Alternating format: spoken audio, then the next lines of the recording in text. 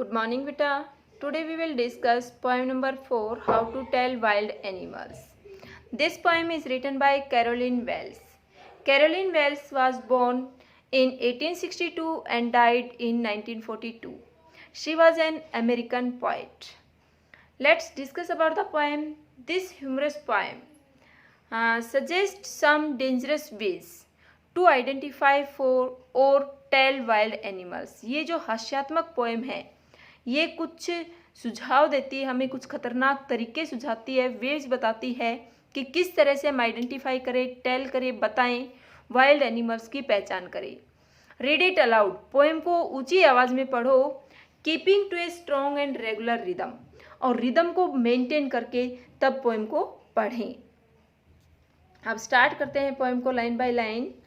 If ever you should go by chance to jungle in the east and if there should do you advance a large and tawny beast, if he roars at you as you are dying, you will know it is the Asian lion. Students, इन लाइनों में poet हमें क्या aware कर रहा है? The poet is making aware us about the wild beast. He is talking us that if anyone get a chance to visit the forest in east direction, then there you will find an animal moving forward you. That will be a large, big and yellowish brown beast and roars at you, and after his roars you will find yourself that you are going to die. Then you will recognize that it is the Asian lion.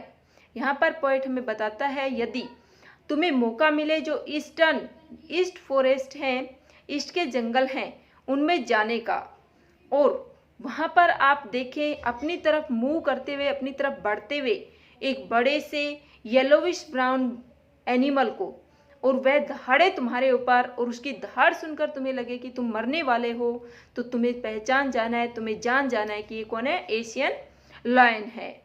अब कुछ words हैं जो हम discuss कर लेते हैं यहाँ पर. जंगल्स मीन्स क्या है? Forest. Advance, moving forward to something और समबडी. लार्ज मीन्स है बिग. टाउनी मीन्स क्या है? Yellowish brown in colour.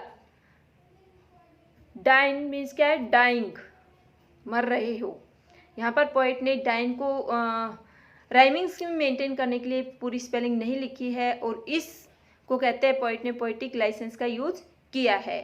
अब पहले हम यहाँ पर जो फिगर ऑफ स्पीच आई हैं, लिटरेरी डिवाइस आई हैं इस स्टेंजा में, वो डिस्कस करते हैं. सबसे पहले राइमिंग स्कीम की बात करेंगे. चांस, ए, ईस्ट, बी, एडवांस, ए, बीस्ट, बी, डाइन. ना तो ए से मेल खाती है ना बी से, तो सी, और लायन सी. तो राइमिंग स्कीम इस स्टेंजा की क्या बनी? ए बी सी सी. बेटा राइमिंग स्कीम लास्ट वर्ड को देखकर ही निकाली जाती है. Okay, keep in mind. अब अदर पोएटिक डिवाइसेस की बात करते हैं. बेटा देखिए, फर्स्ट सेकंड लाइन को एक साथ पढ़िए. If ever you should go by chance to jungles in the east means एक ही सेंटेंस है, वो कॉन्टिन्यू है फर्स्ट लाइन से सेकंड लाइन में. कोई भी comma full stop first line के बाद नहीं लगा है. जब इस तरह कंटिन्यूएशन होती है लाइंस की, तो वहाँ पर हम कहते हैं यहाँ पर फिगर ऑफ स्पीच आई है या लिटरेरी डिवाइस आई है, इंजेबमेंट. उसके बाद जो थर्ड लाइन है उसमें इन्वर्जन का पोएट ने यूज किया है. इन्वर्जन क्या होता है? बेटा देखिए, जो वर्ड्स हैं वो सीक्वेंस में नहीं है. जैसे सीक्वेंस कहते हैं सब्जेक्ट, वर्ब, ऑब्जेक्ट, और यहाँ पर जो वर्ड्स हैं उनको चेंज कर दिया है. पहले शुड हेल्पिंग वर्ब आई है, और टू यू सब्जेक्ट यहाँ पर आया, पहले हेल्पिंग वर्ब फिर सब्जेक्ट फिर एंड में वर्ब आ रही है. मीन्स वर्ड्स को जो पोजीशन है वो चेंज कर दी गई है, तो वहाँ पर बोलते हैं इन्वर्जन. INVERSION. इन्वर्जन पोएट ने यहाँ पर फिगर ऑफ स्पीच का यूज किया है. उसके बाद जो लास्ट सेकंड लाइन है यहाँ पर पहले भी बताया था मैंने कि पोएट ने यहाँ पर क्या यूज किया है? पोएटिक लाइसेंस का यूज किया है. डाइंग की जो स्पेलिंग है वो चेंज करके पोएट ने लिखी है. और पोएट के पास एक राइट होता है कि वो पोएम की रिदम राइमिंग स्कीम को मेंटेन करने के लिए कुछ वर्ड्स की स्पेलिंग को अपने अकॉर्डिंग लिख सकते हैं, तो इसको कहते हैं पोइटिक लाइसेंस का यूज़ करना। तो इस लाइन में पोइट ने पोइटिक लाइसेंस का यूज़ किया है। इसके बाद जो फर्स्ट लाइन है उसमें हम देखेंगे यू शुड गो, तीनों में क्या है, वोवल साउंड है, you should go vowel sound आ रही है। जब इस तरह वोवल साउंड का रिपीटिशन हो तो क्या होता है, एसोनेंस होता है। यहाँ पर भी आप देख सकते हैं शुड टू यू, यहाँ पर भी एसोनेंस है और ऊपर भी। बेटा हमने बात कर ली है लिटरेरी डिवाइस की। अब इस स्टेंजा में एक्सट्रैक्ट बेस्ड के कौन कौन से क्वेश्चन बन सकते हैं वो डिस्कस कर लेते हैं। Where the poet want us by chance, the poet wants us by chance to the jungles in the east. Who does you refers in these lines in the above stanza? You refers to the readers. जो भी पढ़ने वाला है उन सभी के लिए poet ने you का यूज किया है, तो you refers to the readers. In last second line, who does he refers? He refers to the Asian lion. What is the meaning of tawny? Tawny means क्या है, yellowish brown in color. Let's see second stanza. Or if sometime when roaming round a noble wild beast greets you with black stripes on a yellow ground, just notice if he eats you. This simple rule may help you learn the Bengal tiger to discern. Students, here the poet is talking about us roaming, wandering around in the forest, and we welcomes by a noble wild beast who has black stripes on his yellow background, and he comes to eat us just as he notices us. This rule may help us to learn that it is the Bengal tiger. यहाँ पर poet हमें क्या बता रही है, और if या यदि तुम्हें sometime when roaming round, कभी घूमते हुए पहुंच जाओ, रोमिंग मीन्स क्या, वॉन्डरिंग, घूमते हुए पहुंच जाओ और आपको मिले क्या, a noble wild beast. Noble means क्या है, काइंड, वाइल्ड जंगली, बीस्ट एनिमल, ग्रीट्स मीन्स क्या, वेलकम्स। एक नोबल वाइल्ड बेस्ट तुम्हारा वेलकम करता है विद ब्लैक स्ट्रिप्स, और वो कैसा दिखता है, उसके ब्लैक स्ट्रिप्स बनी हुई है, धारियाँ बनी हुई है on A yellow ground. Ground means क्या, बैकग्राउंड, जो उसकी बॉडी की बैकग्राउंड है वो येलो कलर की है, उसके ब्लैक कलर की स्ट्रिप्स हैं। Just notice if he eats you, केवल इतना देखे कि वह तुम्हें खाने को दौड़ता है। This simple rule may help you learn the Bengal tiger to discern, तो ये सिंपल सी बात तुम्हें हेल्प करेगी ये जानने में, ये सीखने में, ये पहचानने में कि ये कौन है। डिस्चर्न मीन्स क्या, रिकॉग्नाइज, कि आप पहचान जाएंगे ये कौन है, बंगाल टाइगर है। टाइमिंग स्कीम देखते हैं इस स्टेंजा की। Round A U B, ground A U B, learn C और डिस्चर्न बी सी। तो राइमिंग स्कीम क्या होगी इस स्टेंजा की, ए बी सी सी। इसके बाद और फिगर ऑफ स्पीच का हम देखते हैं। फर्स्ट लाइन में ही रोमिंग राउंड, आर को रिपीट किया है तो क्या है, एलिट्रेशन है। सेकेंड लाइन में नोबल वाइल्ड, नोबल और वाइल्ड दोनों अपोजिट वर्ड्स हैं। जब अपोजिट वर्ड्स इस तरह से यूज होते हैं तो वहाँ पर हम क्या कहते हैं, कौन सी फिगर ऑफ स्पीच होती है, ऑक्सीमोरोन। तो यहाँ पर ऑक्सीमोरोन है ऑन येलो ग्राउंड, ओ की साउंड रिपीट हो रही है यहाँ पर, तो कौन सी फिगर ऑफ स्पीच बन जाती है, यहाँ पर फिगर ऑफ स्पीच बन जाती है एसोनेंस। बेटा यहाँ पर देखेंगे आप कि जो लास्ट टू लाइन्स हैं वो एक ही सेंटेंस है। This simple rule may help you learn the Bengal tiger to discern. तो यहाँ पर इंजैबमेंट पोइट ने यूज किया है क्योंकि जो लास्ट सेकेंड लाइन है उसके एंड में कोई भी पंक्चुएशन मार्क नहीं है, सेंटेंस कॉन्टिन्यू है। और तो कौन सी फिगर ऑफ स्पीच होगी ये, इंजैबमेंट। अब क्वेश्चंस डिस्कस करते हैं इस स्टेंजा के। while roaming round, who will welcome you? A noble wild beast will welcome you. What are the characteristics of this noble beast describes in this stanza?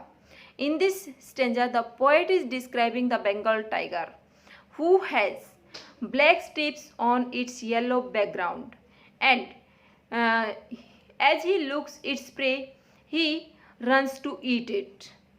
And this rule helps to recognize the Bengal tiger. Stanza number 3 discuss करते हैं. If strolling fourth A beast you view, whose hide with spots in is peppered. Strolling fourth. Strolling means क्या है? Walk in a relaxed manner. Forth means क्या है? Forward.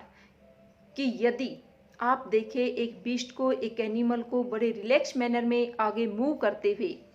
Whose hide, hide means क्या है? Animal skin, skin of animal, जिसकी जो skin है with spots is peppered. Peppered means क्या है? कवर्ड. जो कि कवर्ड है किससे? स्पॉट से, डॉट से, धब्बों से ढकी हुई है. As soon as he has left on you, और जैसे ही वह तुम्हारे ऊपर जंप करता है. लेफ्ट मीन्स क्या है? जंप. तुम्हारे ऊपर जंप करता है. You will know it is the leopard. तो आप पहचान जाएंगे कि कौन है? लेपर्ड है. It will do no good to roar with pain, कि यह पेन से, दर्द से दहाड़ता नहीं है. It does not make a loud sound. It does not take bother of sound. यह साउंड नहीं करता है, आवाज़ नहीं करता है, तेज दहाड़ने की कोशिश नहीं करता है. He will only lap and lap again. यह क्या करता है? बार बार जंप करता है, उछलता है और अपने विक्टिम को, अपने प्रे को, शिकार को मार देता है. In these lines, the poet is introducing to the readers about the leopard. And what are the identification of leopard? Leopard's skin is covered with spots. It jumps over its prey again and again till he kills its prey. क्या characteristic बताई poet ने यहाँ पर? क्या बताई कि जो leopard है उसकी स्किन एक तो कवर्ड है, स्पोर्ट से ढकी हुई है, दूसरी है अपने शिकार के ऊपर उछलता है, और उसके ऊपर जब तक उछलता रहता है जब तक कि शिकार मर ना जाए. एक बार फिर देखते हैं स्टेंजा को. इफ स्टॉलिंग फोर्थ, यदि आपको दिखे ए beast you view, view means क्या? सी. यदि आप देखें एक एनिमल को जो कि बड़े रिलैक्स मैनर में आपकी तरफ बढ़ रहा है, जिस whose hide with spots is peppered, जिसकी जो स्किन है वो स्पॉट से, डॉट से कवर्ड है, ढकी हुई है. मीन्स उसकी स्किन के ऊपर स्पॉट्स बने हुए हैं, और जैसे ही वह तुम्हारे ऊपर उछलता है तो तुम जान जाओगे कि कौन है? लेपर्ड है. यह कोई शोर शराबा नहीं करता है, यह उछल उछल कर ही अपने शिकार को मारता है. अब मीनिंग्स देख लेते हैं बेटा एक बार. कौन कौन से? स्ट्रॉलिंग मीन्स क्या है? Moving in a relaxed manner. Forth means है forward, beast, animal, view, see, hide, skin, peppered, covered, spots, dots. Lap means क्या है? जंप, और लैप लैप भी जंप के लिए यूज हुआ है. ये तो मेन मीनिंग है. अब हम डिस्कस करते हैं राइमिंग स्कीम. इसकी राइमिंग स्कीम सेम है. व्यू पे ए लिखेंगे, पेपर्ड पे बी लिखेंगे, व्यू यू, फिर से ए, सेम साउंड है. लेपर्ड पे पेपर्ड वाली साउंड आ रही है लास्ट में, पेन पे सी और अगेन पे सी. तो राइमिंग स्कीम जैसे अबो स्टेंजाज में हमने पढ़ी वही सेम आ रही, ए बी सी सी. इसके बाद और कौन सी फिगर ऑफ स्पीच यहाँ पर यूज हुई है? सबसे फर्स्ट लाइन में स्ट्रॉलिंग फोर्थ, दोनों में ओ की साउंड आ रही है, तो कौन सी है? एसोनेंस यहाँ पर यूज किया है पोइट ने. उसके बाद और देखते हैं हम फिगर ऑफ स्पीच. देखिए बेटा, लेफ्ट की जो स्पेलिंग है वो रोंग लिखी है पोइट ने. लैप और लैप की स्पेलिंग भी रोंग लिखी है, तो इस स्टेंजा में भी. और इट की जो आई है वो भी पोइट ने क्या कर दिया है? नहीं लिखा है. तो मीन्स यहाँ पर भी पोइट ने क्या यूज किया है? पोइटिक लाइसेंस का यूज किया है, अपने अकॉर्डिंग स्पेलिंग्स को राइट किया है. ये बात याद रखिए बेटा, पोइटिक लाइसेंस का यूज है यहाँ पर. उसके बाद जो लास्ट सेकेंड लाइन है, do no good to roar, सब में ओ की साउंड रिपीट हो रही है, तो क्या है ये? एसोनेंस. कौन सी फिगर ऑफ स्पीच है? एसोनेंस. अब यहाँ पर लैप एंड लैप एक तो इसमें ल की साउंड से क्या बन रही है, एलिट्रेशन। लेप एंड लैंड में क्या है, एलिट्रेशन फिगर ऑफ स्पीच का यूज हुआ है। अब हम क्वेश्चंस क्या क्या बन सकते हैं यहाँ पर वो देखते हैं। What kind of skin a leopard has? A leopard has a skin or hide covered with spots. What is the leopard reaction on seeing its victim? A leopard jump and jump on its victim till he got it dead. Who does he refer in the last line? He refers to the leopard. Who does you refer in the above stanza? In this stanza, you refers to the readers. Now next see, next stanza. If when you are walking round your yard, yard means क्या आता है, an open space in front of your house. You meet a creature there who hugs you very very hard. Be sure it is a bear. If you have any doubts, I guess he will give you just one more cares. Students, in this stanza, the poet is making us aware, or the poet is making us to recognize bear. इस stanza में poet हमें beer की पहचान करवाती है। Here she is telling that if you are around your house, if you are in the courtyard of your house and you meet a creature, an animal there, and that animal embraces you very tightly, then be sure, then make it out that it is a bear. And if you have any doubt, I guess, I means कौन है, poet. Poet guesses that he will give you more cares. Cares means क्या है, gentle loving touch. इन लाइनों में poet हमें बताती है कि यदि आप अपने घर पर ही वॉक कर रहे हैं, घर के आंगन में हैं, वॉक कर रहे हैं और आपको मिलता है एक प्राणी वहीं पर घर पर ही, who hugs you very very hard, जो कि तुम्हें हग करता है, इम्प्रेस करता है, आलिंगन करता है बहुत ही टाइटली, तो पूरा विश्वास कर लीजिए कि ये कौन है, बियर है, बियर है, भालू है। If you have any doubt, यदि फिर भी तुम्हें कोई डाउट रह जाता है, आई गेस, तो मेरा अंदाजा है, मैं अज्यूम करती हूँ, he will give you just one more cares, तो वह एक बार फिर से तुम्हें बड़े लाड से प्यार से एक थपकी देगा। जस्ट मोर केयर्स मीन्स क्या है, जेंटल लविंग टच, बड़े प्यार से वो तुम्हें एक बार थपकी देगा।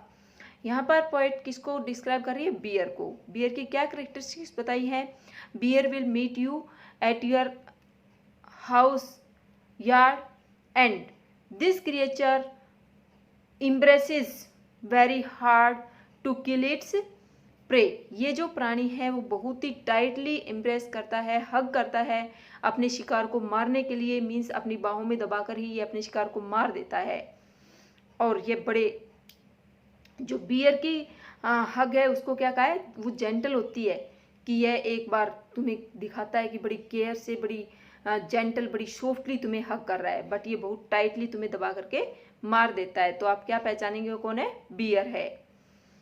If when you are walking round your yard, यदि आप अपने आंगन में घूम रहे हैं, you meet a creature there, वहां पर तुम्हें एक प्राणी मिलता है, एनिमल मिलता है, जो कि तुम्हें बहुत टाइट से हग करता है, तो पूरा विश्वास कर लीजिए कौन है, ये बियर है। यदि फिर भी कोई डाउट रह जाता है तो ये तुम्हें एक बहुत ही लविंग टच देता है। स्टूडेंट्स, अब हम मार्क करते हैं, राइमिंग स्कीम इस स्टेंजा की। राइमिंग स्कीम क्या है, यार्ड पे लिखेंगे ए, देयर पे बी, हार्ड फिर से ए, बेयर पे बी, और गैस सी, केयर्स सी। तो राइमिंग स्कीम क्या आ जाती है स्टेंजा की, ए बी सी सी। उसके बाद अदर फिगर ऑफ स्पीच देखते हैं। अदर फिगर ऑफ स्पीच क्या है, राउंड यूर, कौन सी साउंड, यू, इसमें 3 जगह पर ओ की साउंड रिपीट हो रही है, तो क्या है ये, एसोनेंस फिगर ऑफ स्पीच है। उसके बाद वेरी वेरी में रिपीटिशन और साथ में क्या है, एलिट्रेशन।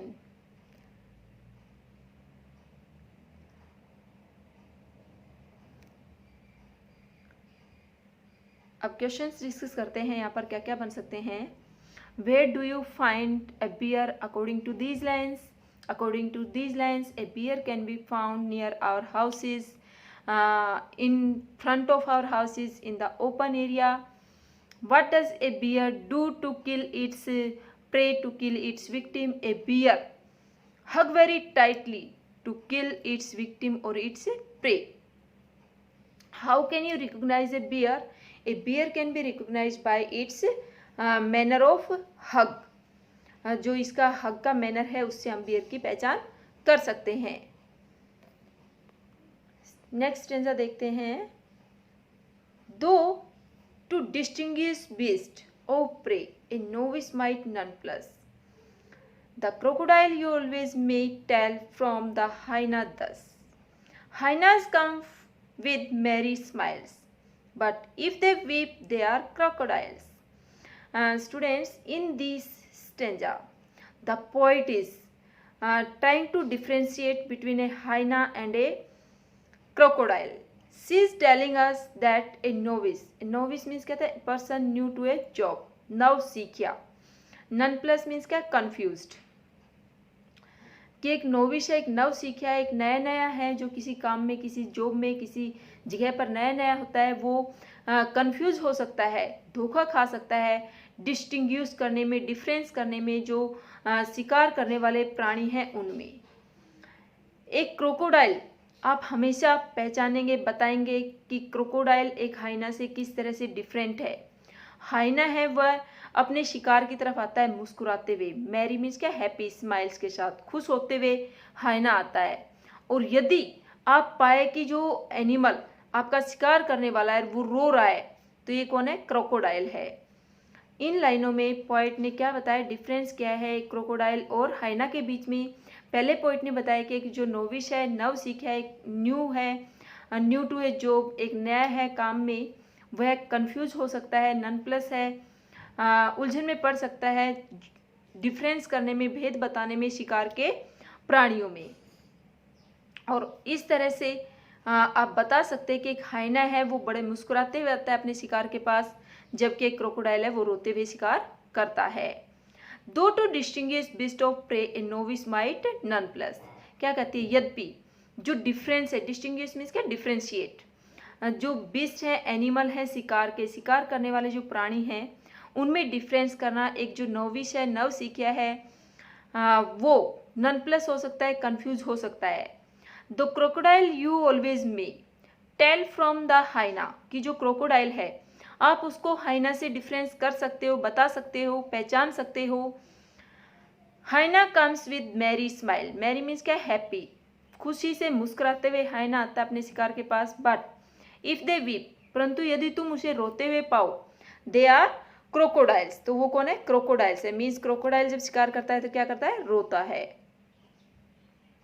बेटा मेन मेन वर्ड्स देखते हैं, सॉरी, कौन कौन से वर्ड्स हैं यहाँ पर। डिस्टिंग्विश मीन्स क्या है, differentiate, novice a person new to a job, नव सीखा, नन प्लस, कंफ्यूज,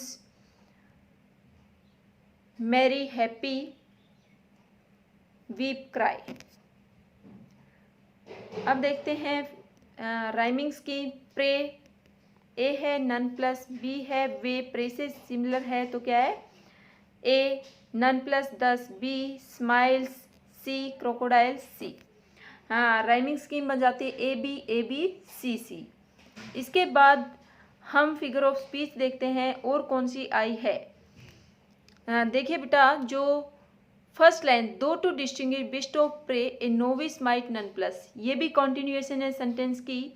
सेकंड में भी the crocodile you always make tell from the hyena 10, ये भी कॉन्टिन्यूएशन है। तो यहाँ पर कौन सी फिगर ऑफ स्पीच आई है, enjambment, enjambment figure of speech का यूज हुआ है। उसके बाद हम देख सकते हैं कि यहाँ पर जो साउंड है ओ की फर्स्ट लाइन में दो टू ऑफ क्या शो कर रही है, एसोनेंस। नोविस और नन प्लस में भी एसोनेंस है।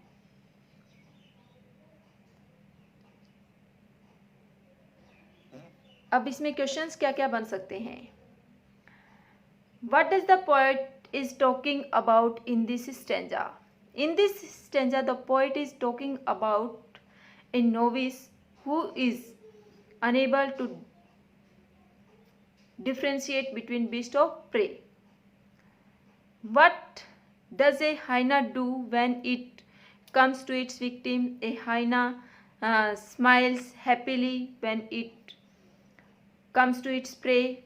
What is a crocodile's reaction while he comes its prey? A crocodile weeps when it comes to its prey.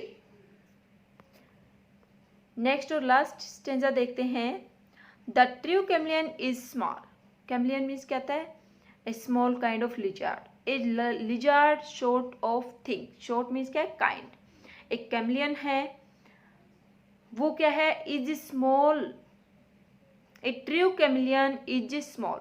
एक जो वास्तविक कैमलियन होता है वो स्मॉल होता है, स्मॉल साइज में छोटा होता है। ए लिजार्ड शॉर्ट ऑफ थिंग किस तरह का होता है? एक लिजार्ड की तरह का, एक छिपकली की तरह का प्राणी है। He hasn't any ears at all. और इसके क्या है? ईयर्स नहीं दिखते हैं हमें बिल्कुल भी। And not a single wing. और ना ही इसके कोई विंग्स होते हैं। If there is nothing on the tree it is the chameleon you see. यदि आपको ट्री पर, पेड़ पर कुछ भी नजर ना आए तो आप पहचान जाए कि कौन है ये? कैमलियन है। Chameleon is famous for its camouflage. Famous for changing its colour according to its surrounding. Chameleon किस लिए फेमस है? कि ये अपनी सराउंडिंग के अकॉर्डिंग अपना कलर चेंज कर लेता है। What is the characteristic of a chameleon? A chameleon is a short lizard short of thing. It changes its color. It has no wings and no ears at all.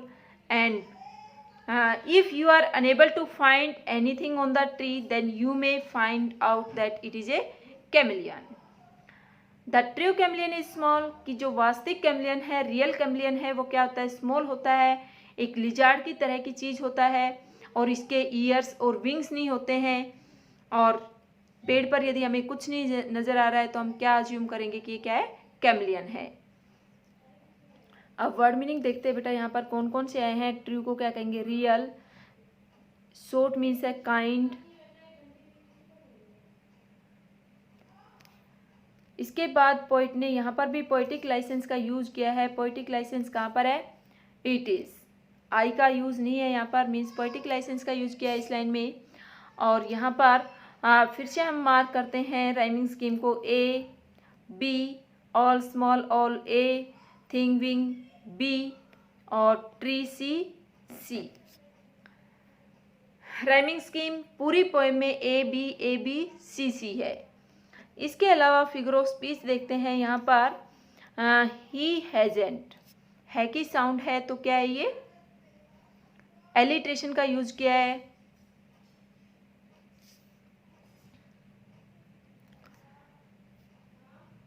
Chameleon की क्या पहचान करेंगे बेटा? How would you recognise a chameleon? A chameleon is a short और small lizard kind of thing that does not have ears और wings on its body and it changes its color according to its surroundings, so we are unable to find it on the tree. Students, we have discussed the poem how to tell wild animals. I hope it is clear to you. Thank you.